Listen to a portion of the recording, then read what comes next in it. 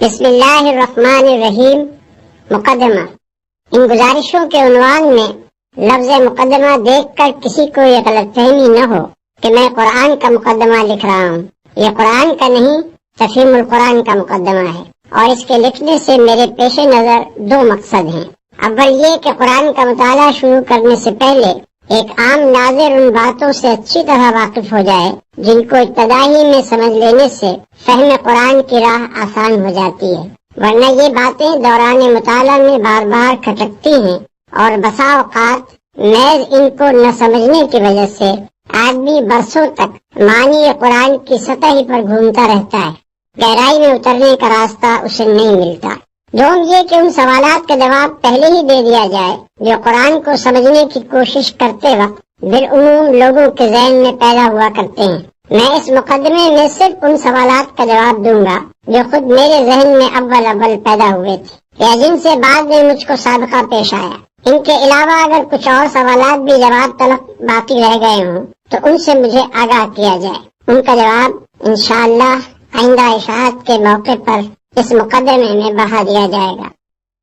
عام طور پر ہم جن کتابوں کے پڑھنے کے عادی ہیں ان میں ایک متعین موضوع پر معلومات، خیالات اور دلائل کو ایک خاص تصنیفی ترتیب کے ساتھ مسلسل بیان کیا جاتا ہے۔ اسی بنا پر جب ایک ایسا شخص جو قرآن سے ابھی تک اجنبی رہا ہے پہلی مرتبہ اس کتاب کے مطالعے کا ارادہ کرتا ہے تو وہ یہ توقع لیے ہوئے آگے بڑھتا ہے کہ کتاب ہونے کی حیثیت سے اس میں بھی عام کتابوں کی طرح پہلے موضوع کا تعین ہوگا، پھر اصل مضمون کو ابواب اور فصول میں تقسیم کر کے ترتیب بار ایک ایک مسئلے پر بحث کی جائے گی، اور اسی طرح زندگی کے ایک ایک شعبے کو بھی الگ الگ لے کر اس کے متعلق احکام و ہدایات سلسلے وار درج ہوں گی۔ لیکن جب وہ کتاب کھول کر مطالعہ شروع کرتا ہے تو اسے یہاں اپنی توقع کے بالکل خلاف ایک دوسرے ہی انداز بیان سے سابقہ پیش آتا ہے جس سے وہ اب تک بالکل ناشنا تھا۔ یہاں وہ دیکھتا ہے کہ اعتقادی مسائل، اخلاقی ہدایات، شرعی احکام، دعوت، نصیحت، عبرت، تنقید، ملامت، تخویف، بشارت، تسلی، دلائل، شواہد، تاریخی قصے، آثار کائنات کی طرف اشارے بار بار ایک دوسرے کے بعد آ رہے ہیں۔ ایک ہی مضمون مختلف طریقوں سے مختلف الفاظ میں دہرایا جا رہا ہے، ایک مضمون کے بعد دوسرا اور دوسرے کے بعد تیسرا اچانک شروع ہو جاتا ہے، بلکہ ایک مضمون کے بیچ میں دوسرا مضمون یکایک آ جاتا ہے۔ مخاطب اور متکلم بار بار بدلتے ہیں اور خطاب کا رخ رہ رہ کر مختلف سمتوں میں پھرتا ہے۔ بابوں اور فصلوں کی تقسیم کا کہیں نشان نہیں، تاریخ ہے تو تاریخ نگاری کے انداز میں نہیں، فلسفہ و مابعد الطبیعات ہے تو منطق و فلسفہ کی زبان میں نہیں، انسان اور موجودات عالم کا ذکر ہے تو علوم طبیعی کے طریقے پر نہیں، تمدن و سیاست اور معیشت و معاشرت کی گفتگو ہے تو علوم عمران کے طرز پر نہیں، قانونی احکام اور اصول قانون کا بیان ہے تو مقننوں کے ڈھنگ سے بالکل مختلف، اخلاق کی تعلیم ہے تو فلسفہ اخلاق کے سارے لٹریچر سے اس کا انداز جدا۔ یہ سب کچھ اپنے سابق کتابی تصور کے خلاف پا کر آدمی پریشان ہو جاتا ہے اور اسے یوں محسوس ہونے لگتا ہے کہ یہ ایک غیر مرتب، غیر مربوط، منتشر کلام ہے جو اول سے لے کر آخر تک بے شمار چھوٹے بڑے مختلف شذرات پر مشتمل ہے، مگر مسلسل عبارت کی شکل میں لکھ دیا گیا ہے۔ مخالفانہ نقطہ نظر سے دیکھنے والا اسی پر طرح طرح کے اعتراضات کے بنا رکھ دیتا ہے، اور موافقانہ نقطہ نظر رکھنے والا کبھی معنی کی طرف سے آنکھیں بند کر کے شکوک سے بچنے کی کوشش کرتا ہے، کبھی اس ظاہری بے ترتیبی کی تعویلیں کر کے اپنے دل کو سمجھا لیتا ہے، کبھی مصنوعی طریقے سے رد تلاش کر کے عجیب عجیب نتائج نکالتا ہے، اور کبھی نظریہ شذرات کو قبول کر لیتا ہے، جس کی وجہ سے ہر آیت اپنے سیاق و سباق سے الگ ہو کر ایسی معنی آفرینیوں کی آمادگاہ بن جاتی ہے جو قائل کے منشا کے خلاف ہوتی ہے۔ پھر ایک کتاب کو اچھی طرح سمجھنے کے لیے ضروری ہے کہ پڑھنے والے کو اس کا موضوع معلوم ہو، اس کے مقصد و مدعا اور اس کے مرکزی مضمون کا علم ہو، اس کے انداز بیان سے واقفیت ہو، اس کی اصطلاحی زبان اور اس کے مخصوص طرز تعبیر سے شناسائی ہو، اور اس کے بیانات اپنی ظاہری عبارت کے پیچھے جن احوال و معاملات سے تعلق رکھتے ہوں وہ بھی نظر کے سامنے رہیں۔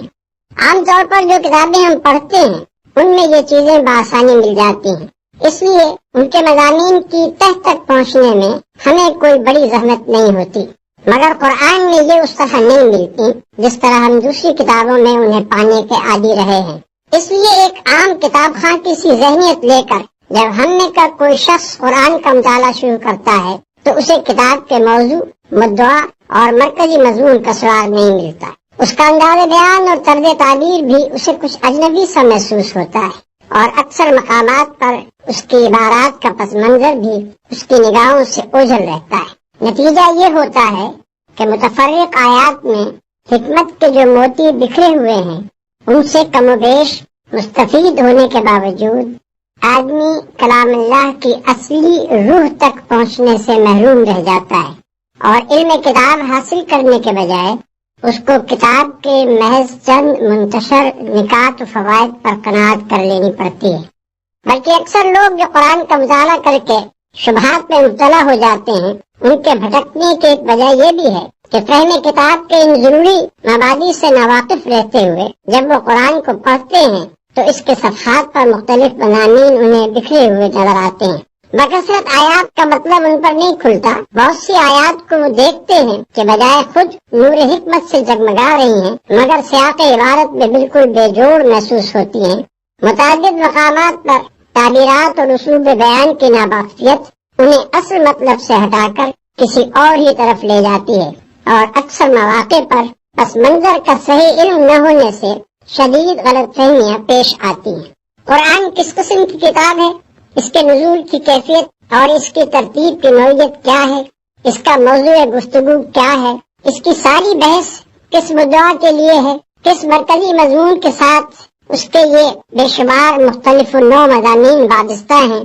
کیا طرز استدلال اور کیا طرز بیان اس نے اپنے مدعا کے لیے اختیار کیا ہے، یہ اور ایسے ہی دوسرے چند ضروری سوالات ہیں جن کا جواب صاف اور سیدھے طریقے سے اگر آدمی کو ابتدائی میں مل جائے تو وہ بہت سے خطرات سے بچ سکتا ہے، اور اس کے لیے فہم و تدبر کی راہیں کشادہ ہو سکتی ہیں۔ جو شخص قرآن میں تصنیفی ترتیب تلاش کرتا ہے اور وہاں اسے نہ پا کر کتاب کے صفحات میں بھٹکنے لگتا ہے، اس کی پریشانی کی اصل وجہ یہی ہے کہ وہ مطالعہ قرآن کے ان مبادی سے ناواقف ہوتا ہے۔ وہ اس گمان کے ساتھ مطالعہ شروع کرتا ہے کہ وہ مذہب کے موضوع پر ایک کتاب پڑھنے چلا ہے۔ مذہب کا موضوع اور کتاب ان دونوں کا تصور اس کے ذہن میں وہی ہوتا ہے جو بالعموم مذہب اور کتاب کے متعلق ذہنوں میں پایا جاتا ہے، مگر جب وہاں اسے اپنے ذہنی تصور سے بالکل ہی مختلف ایک چیز سے سابقہ پیش آتا ہے تو وہ اپنے آپ کو اس سے مانوس نہیں کر سکتا، اور سرشتہ مضمون ہاتھ نہ آنے کے باعث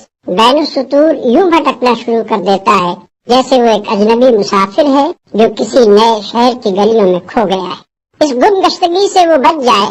اگر اس سے پہلے یہ بتا دیا جائے کہ تم جس کتاب کو پڑھنے جا رہے ہو وہ تمام دنیا کے لٹریچر میں اپنے طرز کی ایک ہی کتاب ہے۔ اس کی تصنیف دنیا کی ساری کتابوں سے مختلف طور پر ہوئی ہے، اپنے موضوع اور مضمون اور ترتیب کے لحاظ سے بھی وہ ایک نرالی چیز ہے، لہذا تمہارے ذہن کا وہ کتابی سانچہ جو اب تک کی کتب بینی سے بنا ہے اس کتاب کے سمجھنے میں تمہاری مدد نہ کرے گا بلکہ الٹا مزاحم ہوگا۔ اسے سمجھنا چاہتے ہو تو اپنے پہلے سے قائم کیے ہوئے قیاسات کو ذہن سے نکال کر اس کی عجیب خصوصیات سے شناسائی حاصل کرو۔ اس سلسلے میں سب سے پہلے ناظر کو قرآن کی اصل سے واقف ہو جانا چاہیے، وہ خواہ اس پر ایمان لائے یا نہ لائے، مگر اس کتاب کو سمجھنے کے لیے اسے نقطۂ آغاز کے طور پر اس کی وہی اصل قبول کرنی ہوگی جو خود اس نے اور اس کے پیش کرنے والے نے یعنی محمد صلی اللہ علیہ وسلم نے بیان کی ہے، اور وہ یہ ہے: ایک، خداوند عالم نے جو ساری کائنات کا خالق اور مالک اور فرماروا ہے، اپنی بے پایا مملکت کے اس حصے میں جسے زمین کہتے ہیں انسان کو پیدا کیا، اسے جاننے اور سوچنے اور سمجھنے کی قوتیں دی، بھلائی اور برائی کی تمیز دی، انتخاب اور ارادے کی آزادی عطا کی، تصرف کے اختیارات بخشے، اور فی الجملہ ایک طرح کی خود اختیاری آٹونومی دے کر اس زمین میں اپنا خلیفہ بنایا۔ دو، اس منصب پر انسان کو مقرر کرتے وقت خداوند عالم نے اچھی طرح اس کے کان کھول کر یہ بات اس کے ذہن نشین کر دی تھی کہ تمہارا اور تمام جہان کا مالک،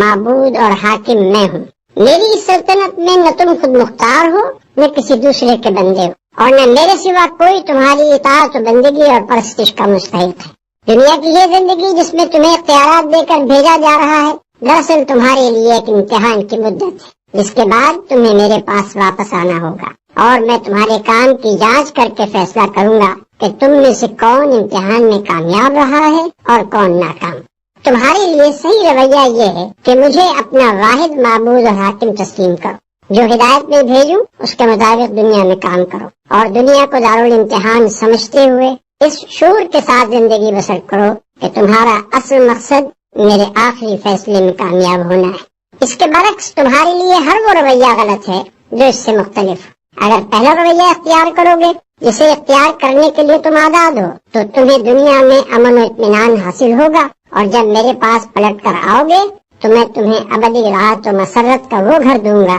جس کا نام جنت ہے۔ اور اگر کسی دوسرے رویے پر چلو گے جس پر چلنے کے لیے بھی تم کو آزادی دی ہے، تو دنیا میں تم کو فساد اور بے چینی کا مزہ چکھنا ہوگا، اور دنیا سے گزر کر عالم آخرت میں جب آؤ گے تو ابدی رنج و مصیبت کے اس گڑھے میں پھینک دیے جاؤ گے جس کا نام دوزخ ہے۔ نمبر 3، یہ فہمائش کر کے مالک کائنات نے نوع انسانی کو زمین میں جگہ دی، اور اس نوع کے اولین افراد آدم اور حوا کو وہ ہدایت بھی دے دی جس کے مطابق انہیں اور ان کی اولاد کو زمین میں کام کرنا تھا۔ یہ اولین انسان جہالت اور تاریکی کی حالت میں پیدا نہیں ہوئے تھے، بلکہ خدا نے زمین پر ان کی زندگی کا آغاز پوری روشنی میں کیا تھا۔ وہ حقیقت سے واقف تھے، انہیں ان کا قانون حیات بتا دیا گیا تھا۔ ان کا طریق زندگی خدا کی اطاعت یعنی اسلام تھا، اور وہ اپنی اولاد کو یہی بات سکھا کر گئے کہ وہ مطیع خدا مسلم بن کر رہیں۔ لیکن بعد کی صدیوں میں رفتہ رفتہ انسان اس صحیح طریقے زندگی سے منحرف ہو کر مختلف قسم کے غلط رویوں کی طرف چل پڑے۔ انہوں نے غفلت سے اس کو بھی گم کیا اور شرارت سے اس کو مسخ بھی کر ڈالا۔ انہوں نے خدا کے ساتھ زمین و آسمان کے مختلف انسانی اور غیر انسانی خیالی اور مادی ہستیوں کو خدائی میں شریک ٹھہرا لیا۔ انہوں نے خدا کے دیے ہوئے علم حقیقت یعنی العلم میں طرح طرح کے اوہام اور نظریوں اور فلسفوں کی آمیزش کر کے بے شمار مذاہب پیدا کر لیے۔ انہوں نے خدا کے مقرر کیے ہوئے عادلانہ اصول اخلاق و تمدن شریعت کو چھوڑ کر یا بگاڑ کر اپنی خواہشات نفس اور اپنے تعصبات کے مطابق ایسے قوانین زندگی گھڑ لیے جن سے خدا کی زمین ظلم سے بھر گئی۔ نمبر 4، خدا نے جو محدود خود اختیاری انسان کو دی تھی اس کے ساتھ یہ بات مطابقت نہ رکھتی تھی کہ وہ اپنی تخلیقی مداخلت سے کام لے کر ان بگڑے ہوئے انسانوں کو زبردستی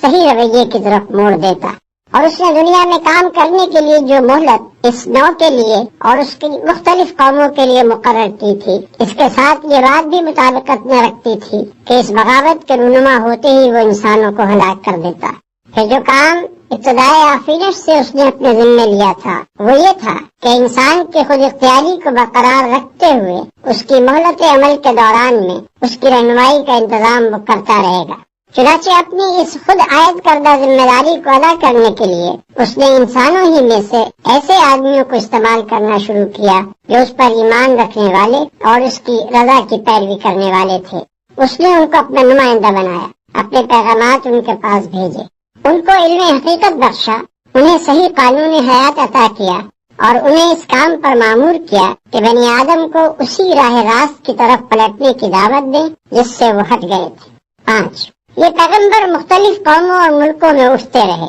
ہزارہ برس تک ان کی آمد کا سلسلہ چلتا رہا، ہزارہ کی تعداد میں وہ مبعوث ہوئے۔ ان سب کا ایک ہی دین تھا، یعنی وہ صحیح رویہ جو اول روز ہی انسان کو بتا دیا گیا تھا۔ وہ سب ایک ہی ہدایت کے پیرو تھے، یعنی اخلاق و تمدن کے وہ ازلی و ابدی اصول جو آغاز ہی میں انسان کے لیے تجویز کر دیے گئے تھے، اور ان سب کا ایک ہی مشن تھا، یعنی یہ کہ اس دین اور اس ہدایت کی طرف اپنے ابنائے نو کو دعوت دیں۔ پھر جو لوگ اس دعوت کو قبول کر لیں ان کو منظم کر کے ایک ایسی امت بنائیں جو خود اللہ کے قانون کی پابند ہو، اور اس دنیا میں قانون الہی کی اطاعت قائم کرنے اور اس قانون کی خلاف ورزی روکنے کے لیے جد و جہد کرے۔ ان پیغمبروں نے اپنے اپنے دور میں اپنے اس مشن کو پوری خوبی کے ساتھ ادا کیا۔ مگر ہمیشہ یہی ہوتا رہا کہ انسانوں کی ایک کثیر تعداد تو ان کی دعوت قبول کرنے پر آمادہ ہی نہ ہوئی، اور جنہوں نے اسے قبول کر کے امت مسلمہ کی حیثیت اختیار کی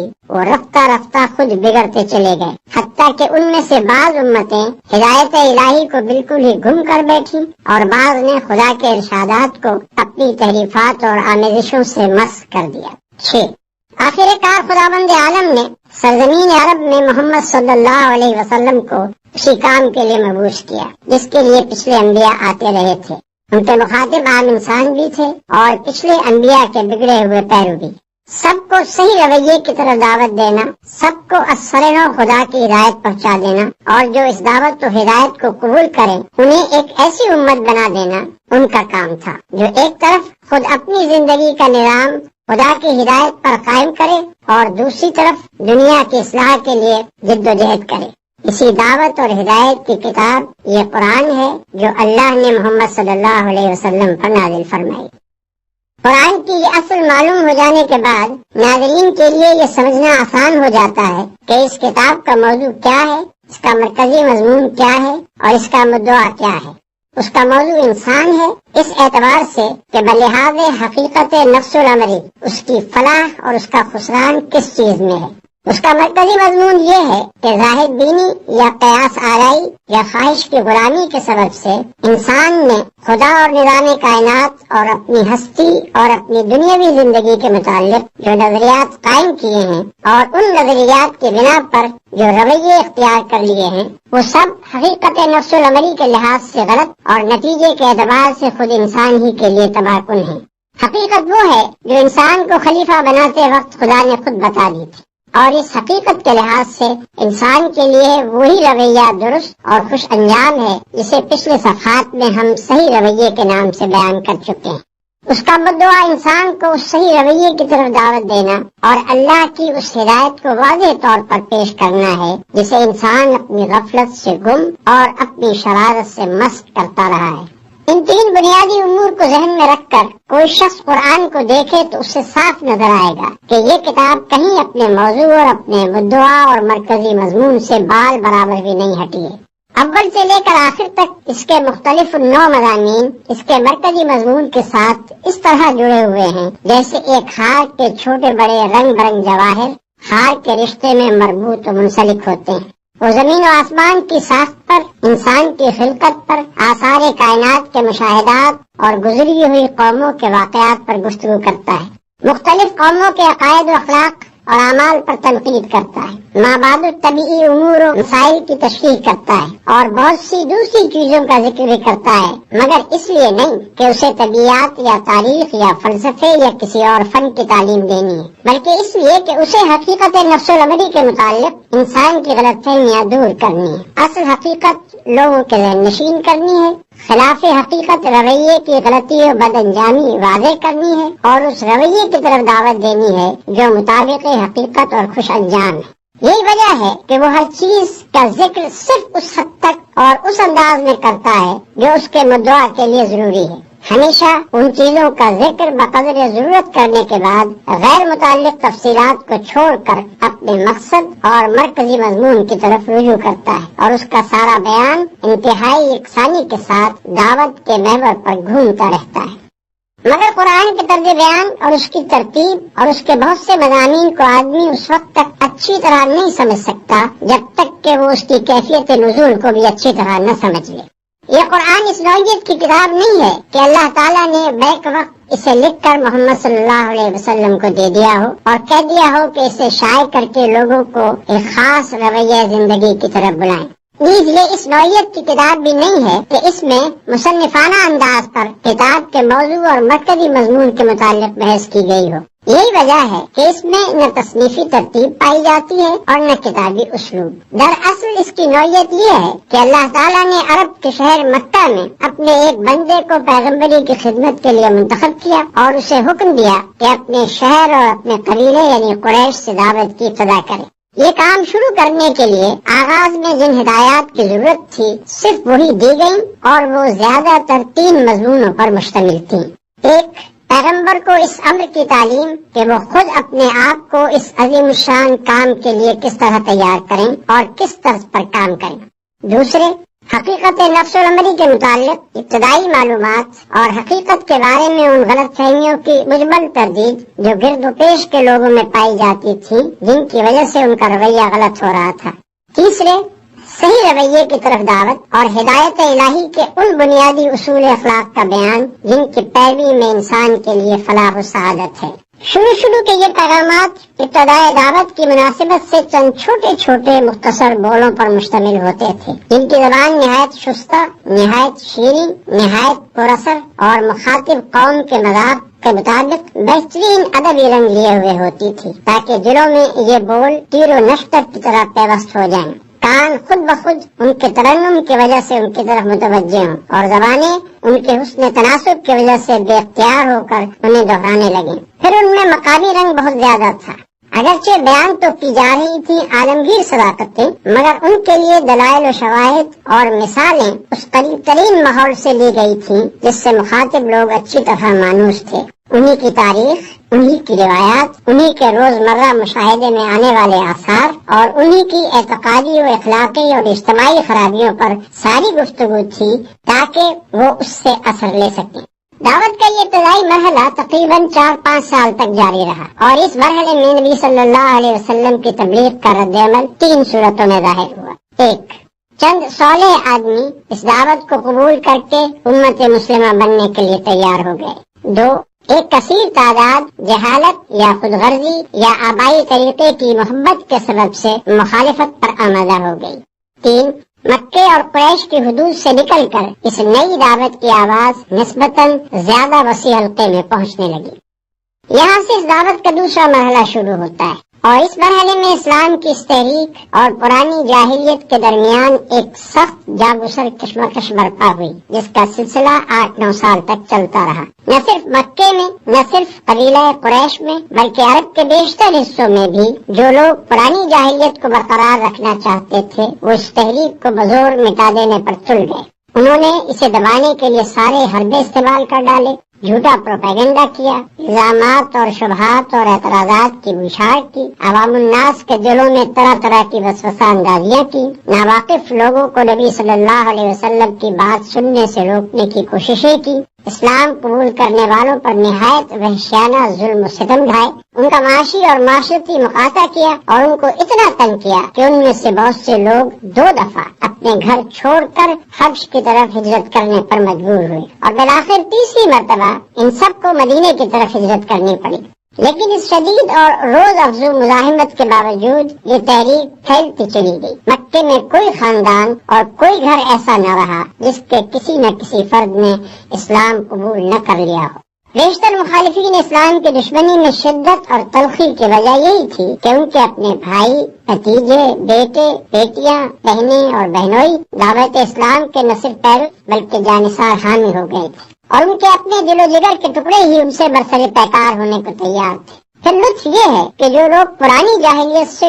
ٹوٹ کر اس نوخیز تحریک کی طرف آ رہے تھے، وہ پہلے بھی اپنی سوسائٹی کے بہترین لوگ سمجھے جاتے تھے، اور اس تحریک میں شامل ہونے کے بعد وہ اتنے نیک، اتنے راست باز اور اتنے پاکیزہ اخلاق کے انسان بن جاتے تھے کہ دنیا اس دعوت کی برتری محسوس کیے بغیر رہ نہیں سکتی تھی، جو ایسے لوگوں کو اپنی طرف کھینچ رہی تھی اور انہیں یہ کچھ بنا رہی تھی۔ اس طویل اور شدید کشمکش کے دوران میں اللہ تعالی حسب موقع اور حسب ضرورت اپنے نبی پر ایسے پرجوش خطبے نازل کرتا رہا جن میں دریا کی سی روانی، سیلاب کی سی قوت اور تیز و تند آگ کی سی تاثیر تھی۔ ان خطبوں میں ایک طرف اہل ایمان کو ان کے ابتدائی فرائض بتائے گئے، ان کے اندر جماعتی شعور پیدا کیا گیا، انہیں تقوی اور فضیلت اخلاق اور پاکیزگی سیرت کی تعلیم دی گئی، ان کو دین حق کی تبلیغ کے طریقے بتائے گئے، کامیابی کے وعدوں اور جنت کی بشارتوں سے ان کی ہمت بندھائی گئی، انہیں صبر و ثبات اور بلند حوصلگی کے ساتھ اللہ کی راہ میں جد و جہد کرنے پر ابھارا گیا، اور فداکاری کا ایسا زبردست جوش اور ولولہ ان میں پیدا کیا گیا کہ وہ ہر مصیبت جھیل جانے اور مخالفت کے بڑے سے بڑے طوفانوں کا مقابلہ کرنے کے لیے تیار ہو گئے۔ دوسری طرف مخالفین اور راہ راست سے منہ موڑنے والوں اور غفلت کی نیند سونے والوں کو ان قوموں کے انجام سے ڈرایا گیا جن کی تاریخ سے وہ خود واقف تھے۔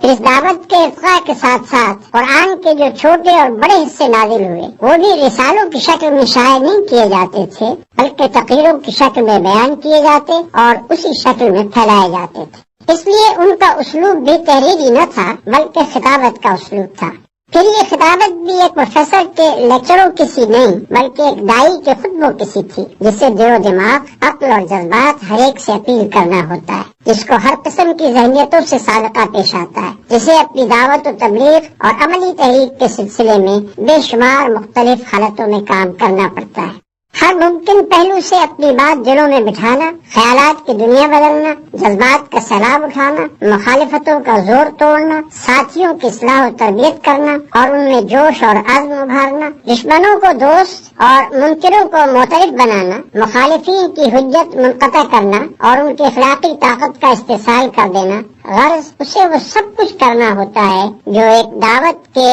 علمبردار اور ایک تحریک کے رہنما کے لیے ضروری ہے۔ اس لیے اللہ نے اس کام کے سلسلے میں اپنے پیغمبر پر جو تقریریں نازل فرمائیں ان کا طرز خطابت وہی تھا جو ایک دعوت کے مناسب حال ہوتا ہے۔ ان میں کالج کے لیکچروں کا سا انداز تلاش کرنا صحیح نہیں ہے۔ یہی سے یہ بات بھی اچھی طرح سمجھ میں آ سکتی ہے کہ قرآن میں مضامین کی اس قدر تکرار کیوں ہے۔ ایک دعوت اور عملی تحریک کا فطری اقتضا یہ ہے کہ وہ جس وقت جس مرحلے میں ہو اس میں وہی باتیں کہی جائیں جو اس مرحلے سے مناسبت رکھتی ہوں، اور جب تک دعوت ایک مرحلے میں رہے بعد کے مراحل کی بات نہ چھیڑی جائے بلکہ اسی مرحلے کی باتوں کا اعادہ کیا جاتا رہے، خواہ اس میں چند مہینے لگے یا کئی سال صرف ہو جائیں۔ پھر اگر ایک ہی قسم کی باتوں کا اعادہ ایک ہی عبارت اور ایک ہی ڈنگ پر کیا جاتا رہے تو کان انہیں سنتے سنتے تھک جاتے ہیں اور طبیعتیں اکتانے لگتی ہیں۔ اس لیے یہ بھی ضروری ہے کہ ہر مرحلے میں جو باتیں بار بار کہنی ہوں انہیں ہر بار نئے الفاظ، نئے اسلوب اور نئی آن بان سے کہا جائے تاکہ نہایت خوشگوار طریقے سے وہ دلوں میں بیٹھ جائے اور دعوت کی ایک ایک منزل اچھی طرح مستحکم ہوتی چلی جائے۔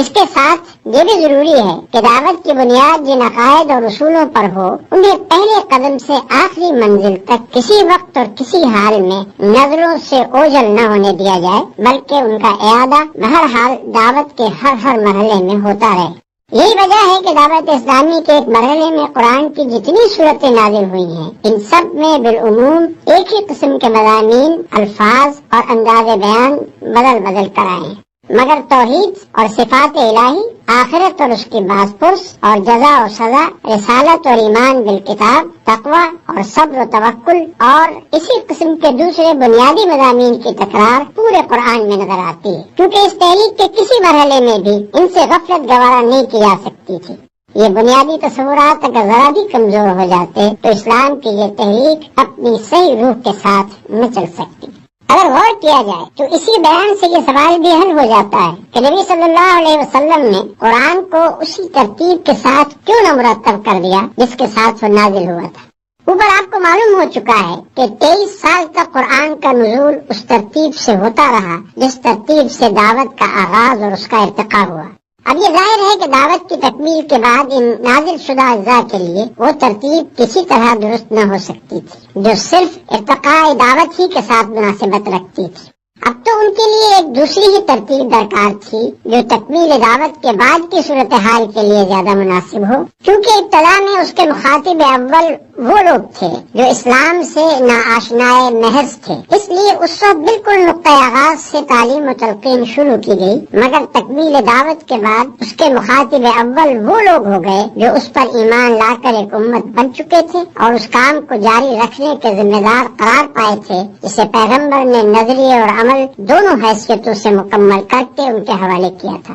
اب لامحالہ مقدم چیز یہ ہو گئی کہ پہلے یہ لوگ خود اپنے فرائض سے، اپنے قوانین حیات سے اور ان فتنوں سے جو پچھلے پیغمبروں کی امتوں میں رونما ہوتے رہے ہیں اچھی طرح واقف ہو لیں، پھر اسلام سے بیگانہ دنیا کے سامنے خدا کی ہدایت پیش کرنے کے لیے آگے بڑھیں۔ علاوہ بری قرآن مجید جس طرز کی کتاب ہے اسے اگر آدمی اچھی طرح سمجھ لے تو اس پر خود ہی یہ حقیقت منکشف ہو جائے گی کہ ایک ایک طرح کے مضامین کو ایک ایک جگہ جمع کرنا اس کتاب کے مزاج ہی سے مطابقت نہیں رکھتا۔ اس کے مزاج کا تو تقاضا یہی ہے کہ اس کے پڑھنے والے کے سامنے مدنی مرحلے کی باتیں مکی دور والی تعلیم کے درمیان اور مکی مرحلے کی باتیں مدنی دور والی تقریروں کے درمیان اور ابتدا کی گفتگویں آخر کی تلقینات کے بیچ میں اور آخری دور کی ہدایات آغاز کار کی تعلیمات کے پہلو میں بار بار آتی چلی جائیں، تاکہ اسلام کا پورا منظر اور جامع نقشہ اس کی نگاہ میں رہے اور کسی وقت بھی وہ یک رخا نہ ہونے پائے۔ پھر اگر قرآن کو اس کی نزولی ترتیب پر مرتب کیا بھی جاتا تو وہ ترتیب بعد کے لوگوں کے لیے صرف اسی صورت میں بامانی ہو سکتی تھی جبکہ قرآن کے ساتھ اس کی پوری تاریخ نزول اور اس کے ایک ایک جز کی کیفیت نزول و شان نزول لکھ کر لگا دی جاتی اور وہ لازمی طور پر قرآن کا ایک ضمیمہ بن کر رہتی۔ یہ بات اس مقصد کے خلاف تھی جس کے لیے اللہ تعالیٰ نے اپنے کلام کا یہ مجموعہ مرتب اور محفوظ کرایا تھا۔ وہاں تو پیش نظر چیز ہی یہ تھی کہ خالص کلام الہی بغیر کسی دوسرے کلام کی آمیزش یا شمول کے اپنی مختصر صورت میں مرتب ہو، جسے بچے، جوان، بوڑھے، عورت، مرد، شہری، دیہاتی، عامی، عالم سب پڑھیں، ہر زمانے میں اور ہر جگہ ہر حالت میں پڑھیں اور ہر مرتبہ عقل و دانش کا انسان کم از کم یہ بات ضرور جان لے کہ اس کا خدا اس سے کیا چاہتا ہے اور کیا نہیں چاہتا۔ ظاہر ہے کہ یہ مقصد فوت ہو جاتا اگر اس مجموعہ کلام الہی کے ساتھ ایک لمبی چوڑی تاریخ بھی لگی ہوئی ہوتی اور اس کی تلاوت بھی لازم کر دی جاتی۔ حقیقت یہ ہے کہ قرآن کی موجودہ ترتیب پر جو لوگ اعتراض کرتے ہیں وہ اس کتاب کے مقصد و مدعا سے صرف نابلد ہی نہیں ہیں بلکہ کچھ اس غلط فہمی میں بھی مبتلا معلوم ہوتے ہیں کہ یہ کتاب محض علم تاریخ اور فلسفہ عمران کے طلبہ ہی کے لیے نازل ہوئی ہے۔ ترتیب قرآن کے سلسلے میں یہ بات بھی ناظرین کو معلوم ہو جانی چاہیے کہ یہ ترتیب بعد کے لوگوں کی دی ہوئی نہیں ہے بلکہ خود اللہ تعالیٰ کی ہدایت کے تحت نبی صلی اللہ علیہ وسلم ہی نے قرآن کو اس طرح مرتب فرمایا تھا۔ قاعدہ یہ تھا کہ جب کوئی صورت نازل ہوتی تو آپ اسی وقت اپنے کاتبوں میں سے کسی کو بلاتے اور اس کو ٹھیک قلم بند کرانے کے بعد ہدایت فرما دیتے کہ یہ صورت فلاں سورہ کے بعد اور فلاں سورہ سے پہلے رکھی جائے۔ اسی طرح اگر قرآن کا کوئی ایسا حصہ نازل ہوتا جس کو مستقل صورت بنانا پیش نظر نہ ہوتا تو آپ ہدایت فرما دیتے کہ اسے فلاں سورہ میں فلاں مقام پر درج کیا جائے۔ پھر اسی ترتیب سے آپ خود بھی نماز میں اور دوسرے مواقع پر قرآن مجید کی تلاوت فرماتے تھے اور اسی ترتیب کے مطابق صحابہ کرام بھی اس کو یاد کرتے تھے۔ لہذا یہ ایک ثابت شدہ تاریخی حقیقت ہے کہ قرآن مجید کا نزول جس روز مکمل ہوا اسی روز اس کی ترتیب بھی مکمل ہو گئی۔ جو اس کا نازل کرنے والا تھا وہی اس کا مرتب کرنے والا بھی تھا۔ جس کے قلب پر وہ نازل کیا گیا اسی کے ہاتھوں اسے مرتب بھی کرا دیا گیا۔ کسی دوسرے کی مجال نہ تھی کہ اس میں مداخلت کرتا۔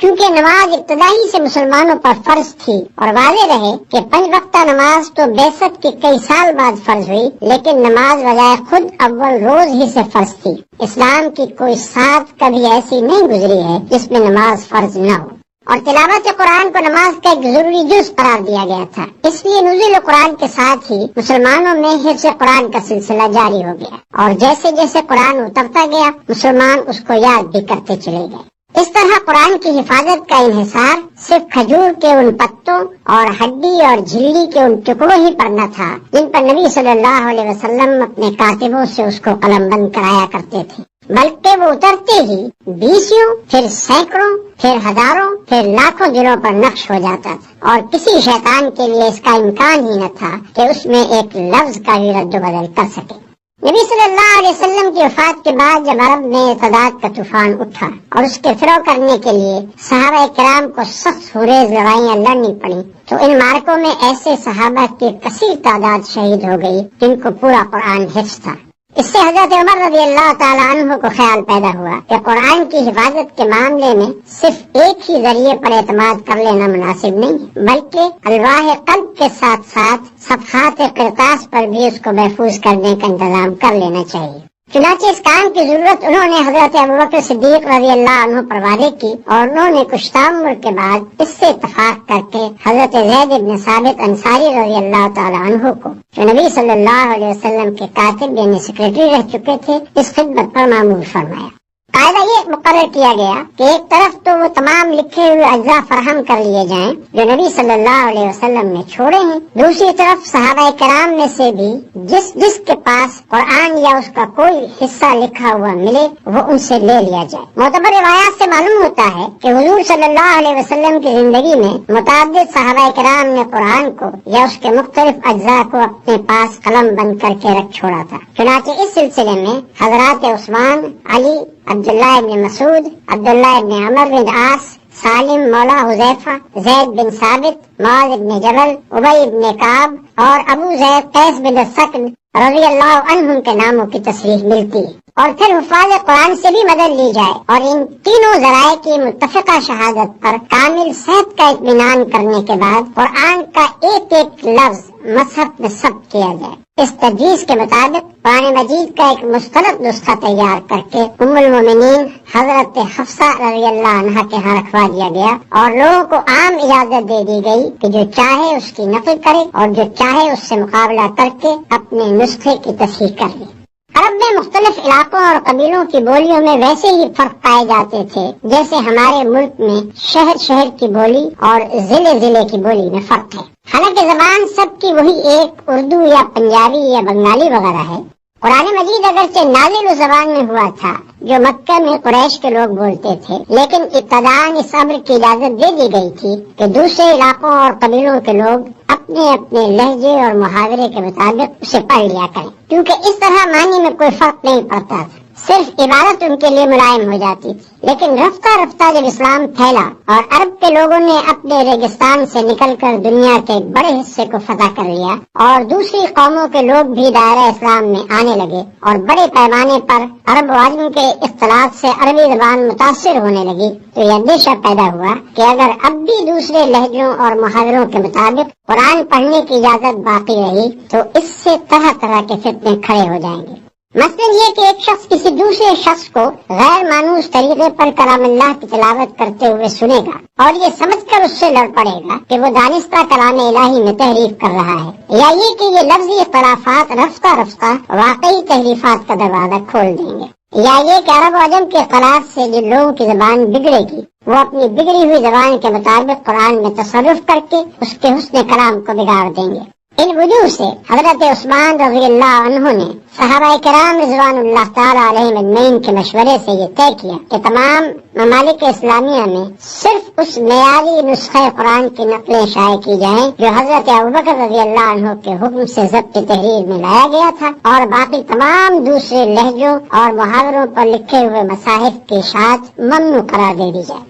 آج جو قرآن ہمارے ہاتھوں میں ہے یہ ٹھیک اسی مصحف صدیقی کے مطابق ہے جس کی نقلیں حضرت عثمان رضی اللہ عنہ نے سرکاری اہتمام سے تمام دیار و انصار میں بھجوائی تھی۔ اس وقت بھی دنیا میں متعدد مقامات پر قرآن کے وہ مستند نسخے موجود ہیں۔ کسی کو اگر قرآن کی محفوظیت میں ذرہ برابر بھی شک ہو تو وہ اپنا اطمینان اس طرح کر سکتا ہے کہ مغربی افریقہ میں کسی کتاب فروش سے قرآن کا ایک نسخہ خریدے اور جاوا میں کسی حافظ سے زبانی قرآن سن کر اس کا مقابلہ کرے، اور پھر دنیا کی بڑی بڑی لائبریریوں میں حضرت عثمان غنی رضی اللہ عنہ کے وقت سے لے کر آج تک مختلف صدیوں کے لکھے ہوئے جو مصاحف رکھے ہیں ان سے اس کا تقابل کرے۔ اگر کسی حرف یا شوشے کا فرق وہ پائے تو اس کا فرض ہے کہ دنیا کو اس سب سے بڑے تاریخی انکشاف سے ضرور مطلع کرے۔ کوئی شک نواز قرآن کے منزل من اللہ ہونے میں شک کرنا چاہے تو کر سکتا ہے، لیکن یہ بات کہ جو قرآن ہمارے ہاتھ میں ہے یہ بلا کسی کمی بیشی کے ٹھیک وہی قرآن ہے جو محمد رسول اللہ صلی اللہ علیہ وسلم نے دنیا کے سامنے پیش کیا تھا، یہ تو ایک ایسی تاریخی حقیقت ہے جس میں کسی شک کی گنجائش ہی نہیں ہے۔ انسانی تاریخ میں کوئی دوسری چیز ایسی نہیں پائی جاتی جو اس قدر قطعی ثبوت ہو۔ اگر کوئی شخص اس کی صحت میں شک کرتا ہے تو پھر وہ اس میں بھی شک کر سکتا ہے کہ رومن امپائر نامی کوئی سلطنت دنیا میں رہ چکی ہے اور کبھی مغل ہندوستان پر حکومت کر چکے ہیں اور نیپولین نام کا کوئی شخص بھی دنیا میں پایا گیا ہے۔ ایسے تاریخی حقائق پر شکوک کا اظہار کرنا علم کا نہیں جہالت کا ثبوت ہے۔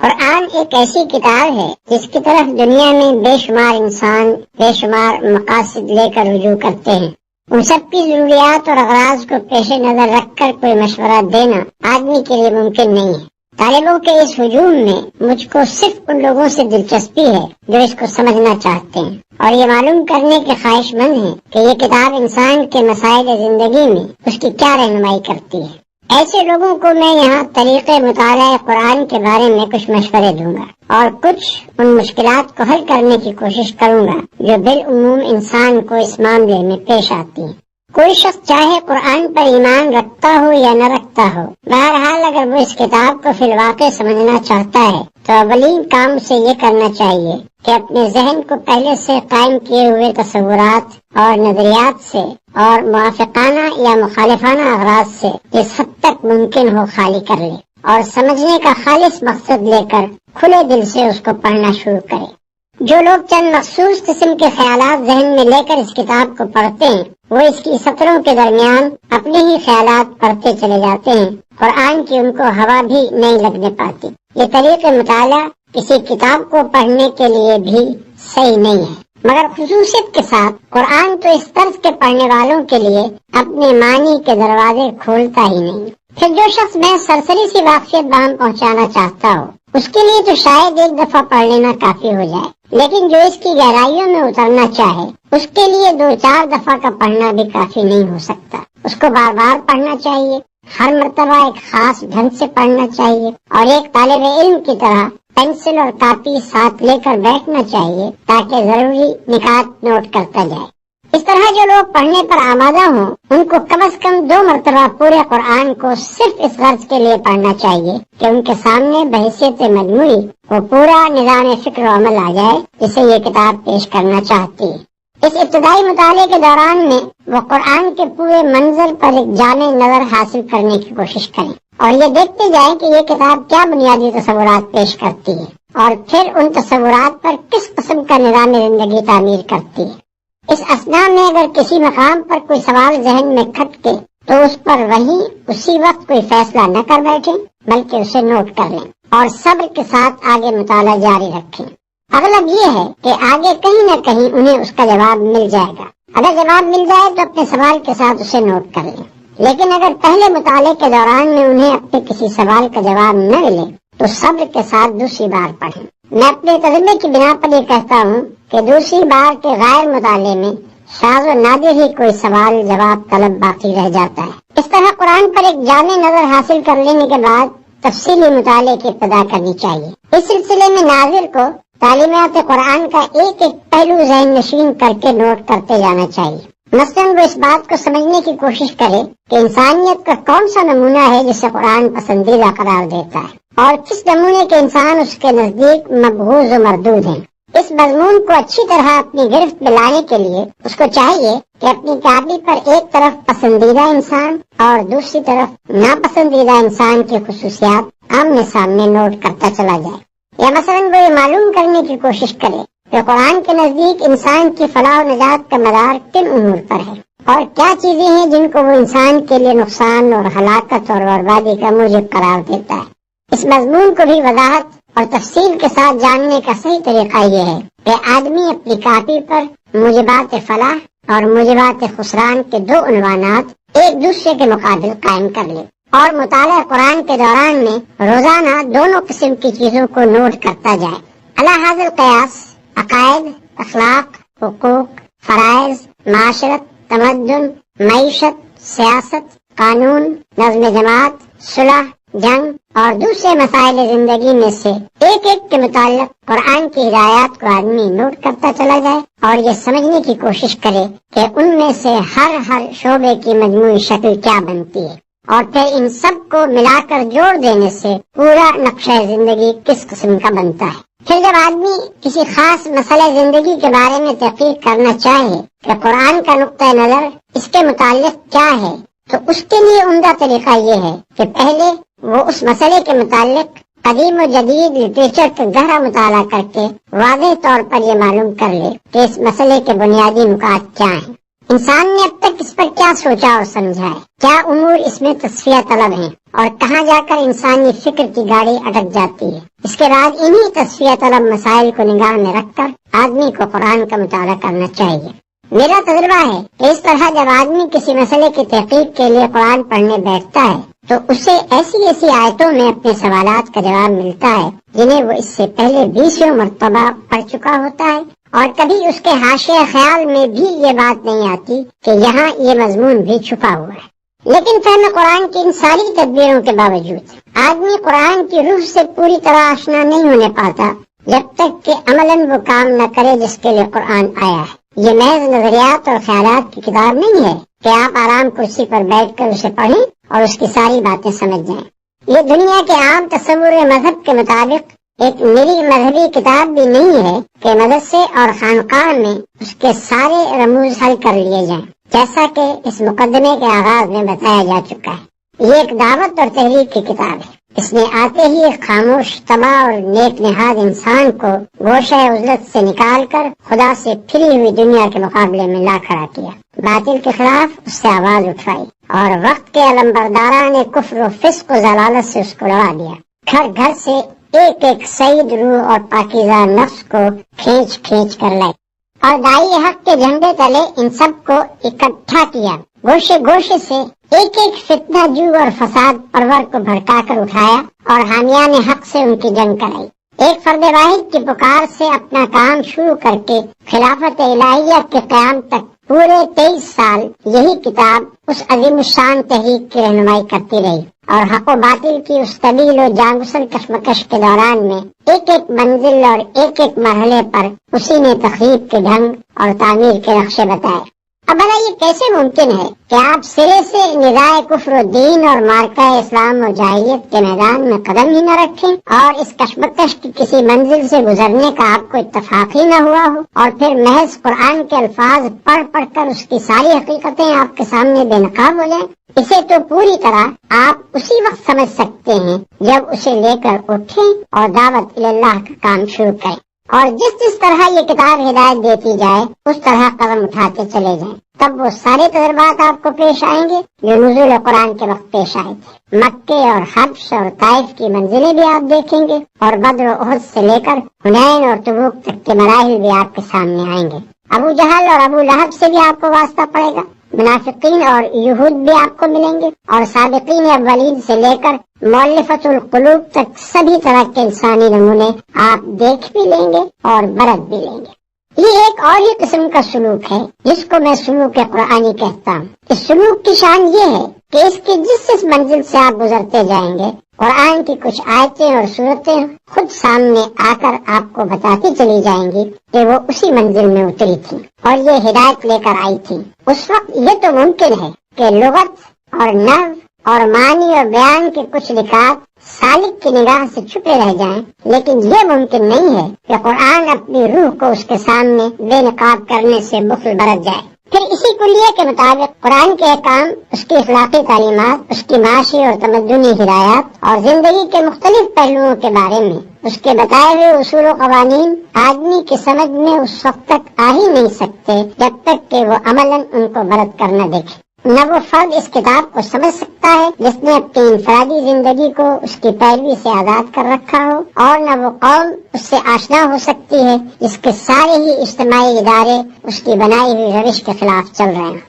قرآن کے اس دعوے سے ہر کہنما واقف ہے کہ وہ تمام نوع انسانی کی ہدایت کے لیے آیا ہے، لیکن جب کوئی شخص اس کو پڑھنے بیٹھتا ہے تو دیکھتا ہے کہ اس کا روح سخن زیادہ تر اپنے زمانہ نزول کے اہل عرب کی طرف ہے۔ اگرچہ کبھی کبھی وہ بنی آدم اور عامت الناس کو بھی پکارتا ہے، لیکن اکثر باتیں وہ ایسی کہتا ہے جو عرب کے مذاق، عرب ہی کے ماحول، عرب ہی کی تاریخ اور عرب ہی کے رسم و رواج سے ربط و تعلق رکھتی ہیں۔ ان چیزوں کو دیکھ کر آدمی سوچنے لگتا ہے کہ جو چیز عام انسانوں کی ہدایت کے لیے اتاری گئی تھی اس میں وقتی اور مقامی اور قومی عنصر اتنا زیادہ کیوں ہے؟ اس معاملے کی حقیقت کو نہ سمجھنے کی وجہ سے بعض لوگ اس شک میں پڑ جاتے ہیں کہ شاید یہ چیز اصل میں تو اپنے ہم اصل اہل عرب ہی کی اصلاح کے لیے تھی، لیکن بعد میں زبردستی کھینچتان کر اسے تمام انسانوں کے لیے اور ہمیشہ ہمیشہ کے لیے کتاب ہدایت قرار دے دیا گیا۔ جو شخص یہ اعتراض محض اعتراض کی خاطر نہیں اٹھاتا بلکہ فی الواقع اسے سمجھنا چاہتا ہے، اسے میں مشورہ دوں گا کہ وہ پہلے خود قرآن کو پڑھ کر ذرا ان مقامات پر نشان لگائے جہاں اس نے کوئی ایسا عقیدہ یا خیال یا تصور پیش کیا ہو یا کوئی ایسا اخلاقی اصول یا عملی قاعدہ و ضابطہ بیان کیا ہو جو صرف عرب ہی کے لیے مخصوص ہو اور جس کو وقت اور زمانے اور مقام نے فی الواقع محدود کر رکھا ہو۔ محض یہ بات کہ وہ ایک خاص مقام اور زمانے کے لوگوں کو خطاب کر کے ان کے مشرکانہ عقائد اور رسوم کی تردید کرتا ہے اور انہی کے گرد و پیش کی چیزوں کو مواد استدلال کے طور پر لے کر توحید کے دلائل قائم کرتا ہے، یہ فیصلہ کر دینے کے لیے کافی نہیں ہے کہ اس کی دعوت اور اس کا اپیل بھی وقتی اور مقامی ہے۔ دیکھنا یہ چاہیے کہ شرک کی تردید میں جو کچھ وہ کہتا ہے کیا وہ دنیا کے ہر شرک پر اسی طرح چسپاں نہیں ہوتا جس طرح مشرکین عرب کے شرک پر چسپاں ہوتا تھا؟ کیا انہی دلائل کو ہم ہر زمانے اور ہر ملک کے مشرکین کی اصلاح خیال کے لیے استعمال نہیں کر سکتے؟ اور کیا اس بات توحید کے لیے قرآن کے طرز استدلال کو تھوڑے سے رد و بدل کے ساتھ ہر وقت ہر جگہ کام میں نہیں لایا جا سکتا؟ اگر جواب اس بات میں ہے تو پھر کوئی وجہ نہیں کہ ایک عالمگیر تعلیم کو صرف اس بنا پر وقتی اور مقامی قرار دیا جائے کہ ایک خاص وقت میں ایک خاص قوم کو خطاب کر کے وہ پیش کی گئی تھی۔ دنیا کا کوئی فلسفہ اور کوئی نظام زندگی اور کوئی مذہب فکر ایسا نہیں ہے جس کی ساری باتیں از اول تا آخر تجریدی ایبسٹریکٹ طرز بیان میں پیش کی گئی اور کسی متعین حالت یا صورت پر اس کو چسپاں کر کے ان کی توضیح نہ کی گئی۔ ایسی مکمل تجرید اول تو ممکن نہیں ہے، اور ممکن ہوگی تو جو چیز اس طریقے پر پیش کی جائے گی وہ صرف صفحہ کاغذ ہی پر رہ جائے گی، انسانوں کی زندگی میں اس کا جذب ہو کر ایک عملی نظام میں تبدیل ہونا محال ہے۔ پھر کسی فکری و اخلاقی اور تمدنی تحریک کو اگر بین الاقوامی پیمانے پر پھیلانا مقصود ہو تو اس کے لیے بھی یہ قطعاً ضروری نہیں ہے، بلکہ سچ یہ ہے کہ مفید بھی نہیں ہے کہ شروع سے اس کو بالکل ہی بین الاقوامی بنانے کی کوشش کی جائے۔ در حقیقت اس کا صحیح عملی طریقہ صرف ایک ہی ہے، اور وہ یہ ہے کہ جن افکار اور نظریات اور اصولوں پر وہ تحریک انسانی زندگی کے نظام کو قائم کرنا چاہتی ہے انہیں پوری قوت کے ساتھ خود اس ملک میں پیش کیا جائے جہاں سے اس کی دعوت اٹھی ہو، ان لوگوں کے ذہن نشین کیا جائے جن کی زبان اور مزاج اور عادات و خصائل سے اس تحریک کے داعی بخوبی واقف ہوں، اور پھر اپنے ہی ملک میں ان اصولوں کو عملاً برت کر اور ان پر ایک کامیاب نظام زندگی چلا کر دنیا کے سامنے نمونہ پیش کیا جائے۔ تبھی دوسری قومیں اس کی طرف توجہ کریں گی اور ان کے ذہین آدمی خود آگے بڑھ کر اسے سمجھنے اور اپنے ملک میں رواج دینے کی کوشش کریں گے۔ لہذا محض یہ بات کہ کسی نظام فکر و عمل کو ابتداً ایک ہی قوم کے سامنے پیش کیا گیا تھا اور اس استدلال کا سارا زور اسی کو سمجھانے اور مطمئن کرنے پر صرف کر دیا گیا تھا، اس امر کی دلیل نہیں ہے کہ وہ نظام فکر و عمل محض قومی ہے۔ فی الواقع جو خصوصیات ایک قومی نظام کو ایک بین الاقوامی نظام سے اور ایک وقتی نظام کو ایک ابدی نظام سے ممیز کرتی ہیں وہ یہ ہیں کہ قومی نظام یا تو ایک قوم کی برتری اور اس کے مخصوص حقوق کا مدعی ہوتا ہے یا اپنے اندر کچھ ایسے اصول اور نظریات رکھتا ہے جو دوسری اقوام میں نہیں چل سکتے۔ اس کے برعکس جو نظام بین الاقوامی ہوتا ہے وہ تمام انسانوں کو برابر کا درجہ اور برابر کے حقوق دینے کے لیے تیار ہوتا ہے اور اس کے اصولوں میں بھی عالمگیریت پائی جاتی ہے۔ اسی طرح ایک وقتی نظام لازمی طور پر اپنی بنیاد کچھ ایسے اصولوں پر رکھتا ہے جو زمانے کی چند پلٹیوں کے بعد صریحاً ناقابل عمل ہو جاتے ہیں، اور اس کے برعکس ایک ابدی نظام کے اصول تمام بدلتے ہوئے حالات پر منطبق ہوتے چلے جاتے ہیں۔ ان خصوصیات کو نگاہ میں رکھ کر کوئی شخص خود قرآن کو پڑھے اور ان چیزوں کو ذرا متعین کرنے کی کوشش کرے جن کے بنا پر واقعی یہ گمان کیا جا سکتا ہو کہ قرآن کا پیش کردہ نظام وقتی اور قومی ہے۔ قرآن کے متعلق یہ بات بھی ایک عام ناظر کے کان میں پڑی ہوئی ہوتی ہے کہ یہ ایک مفصل ہدایت نامہ اور ایک کتاب عین ہے، مگر جب وہ اسے پڑھتا ہے تو اس میں معاشرت اور تمدن اور سیاست اور معیشت وغیرہ کے تفصیلی احکام و ضوابط اس کو نہیں ملتے، بلکہ وہ دیکھتا ہے کہ نماز اور زکوٰۃ جیسے فرائض کے متعلق بھی جن پر قرآن بار بار اس قدر زور دیتا ہے اس نے کوئی ایسا ضابطہ تجویز نہیں کیا ہے جس میں تمام ضروری احکام کی تفصیل درج ہو۔ یہ چیز بھی آدمی کے ذہن میں خلجان پیدا کرتی ہے کہ آخر یہ کس معنی میں ہدایت نامہ ہے۔ اس معاملے میں ساری الجھن صرف اس لیے پیدا ہوتی ہے کہ آدمی کی نگاہ سے حقیقت کا ایک پہلو بالکل اوجھل رہ جاتا ہے، یعنی یہ کہ خدا نے صرف کتاب ہی نازل نہیں کی تھی بلکہ ایک پیغمبر بھی مبعوث فرمایا تھا۔ اگر اصل اسکیم یہ ہو کہ بس ایک نقشہ تعمیر لوگوں کو دے دیا جائے اور لوگ اس کے مطابق خود عمارت بنا لیں تو اس صورت میں بلا شبہ تعمیر کے ایک ایک جز کی تفصیل ہم کو ملنی چاہیے، لیکن جب تعمیری ہدایات کے ساتھ ایک انجینئر بھی سرکاری طور پر مقرر کر دیا جائے اور وہ ان ہدایات کے مطابق ایک عمارت بنا کر کھڑی کر دے تو پھر انجینئر اور اس کی بنائی ہوئی عمارت کو نظر انداز کر کے صرف نقشے ہی میں تمام جزیات کی تفصیل تلاش کرنا اور پھر اسے نہ پا کر نقشے کی ناتمامی کا شکوہ کرنا غلط ہے۔ قرآن جزیات کی کتاب نہیں ہے بلکہ اصول اور کلیات کی کتاب ہے۔ اس کا اصل کام یہ ہے کہ نظام اسلامی کی فکری اور اخلاقی بنیادوں کو پوری وضاحت کے ساتھ نہ صرف پیش کرے بلکہ عقلی استدلال اور جذباتی اپیل دونوں کے ذریعے سے خوب مستحکم بھی کر دے۔ اب رہی اسلامی زندگی کی عملی صورت تو اس معاملے میں وہ انسان کی رہنمائی اس طریقے سے نہیں کرتا کہ زندگی کے ایک ایک پہلو کے متعلق تفصیلی ضابطے اور قوانین بتائے، بلکہ وہ ہر شعبہ زندگی کے حدود اربع بتا دیتا ہے اور نمایاں طور پر چند گوشوں میں سنگ نشان کھڑے کر دیتا ہے جو اس بات کا تعین کر دیتے ہیں کہ اللہ تعالیٰ کی مرضی کے مطابق ان شعبوں کی تشکیل و تعمیر کن خطوط پر ہونی چاہیے۔ ان ہدایات کے مطابق عملاً اسلامی زندگی کی صورت گری کرنا نبی صلی اللہ علیہ وسلم کا کام تھا۔ انہیں معمور ہی اس لیے کیا گیا تھا کہ دنیا کو اس انفرادی سیرت و کردار اور اس معاشرے اور ریاست کا نمونہ دکھا دیں جو قرآن کے دیے ہوئے اصولوں کی عملی تعبیر و تفسیر ہو۔